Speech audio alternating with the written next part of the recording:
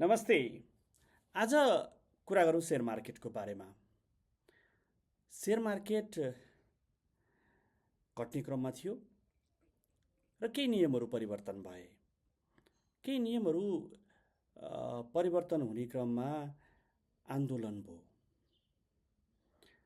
आन्दोलनपछि आन्दोलनको अगाडि करिब 2662 को लेभलमा रहेको नेप्से आन्दोलनको धेरै दिनपछि मार्केट खुल्यो।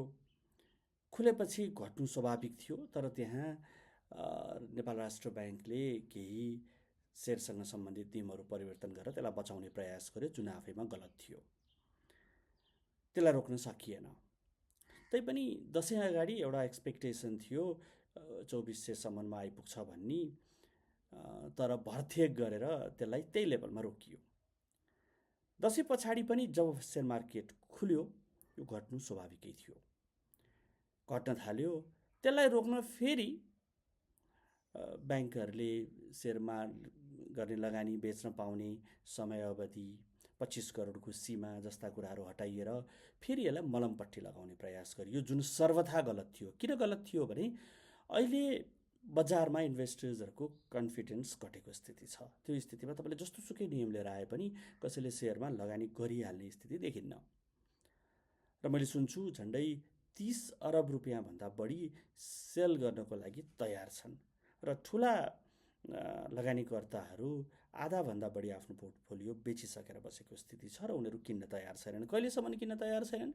जबसम्म यो बजार करिब 2200सम्ममा आउँदैन तहिलेसम्म किन्न तयार छैनन्। त्यही क्रममा हिजो र अस्ति फेरि सेयर मार्केटमा पहिरो गयो। हिजो 2500 भन्दा तल आएर 2500 को लेभलमा सेयर मार्केट बन्द भयो। अब के हुन्छ त? मैले दसैँ अगाडि नै 2400 पुग्छ भनेर लेखेको थिएँ सामाजिक सञ्जालमा, तर भरथेक गरेर त्यसलाई रोकियो।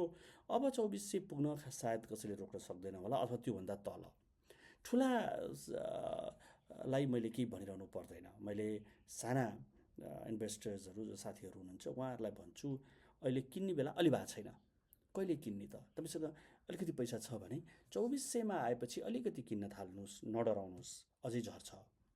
त्यसपछि 2400मा किन्ने, 2350मा किन्ने र 2300मा किन्ने, अनि त्यसपछि फेरि कुरा गरौँला। तर अहिले जसले जतिसुकै जेसुकै भने पनि कन्फिडेन्सका लेभलका कुरा गरे पनि सेलिङ प्रेसरमै जान्छ सेयर मार्केट। है, आजलाई यति। फेरि अर्को दिन अर्को विषय लिएर आउँला। तपाईँको दिन शुभ बितोस्।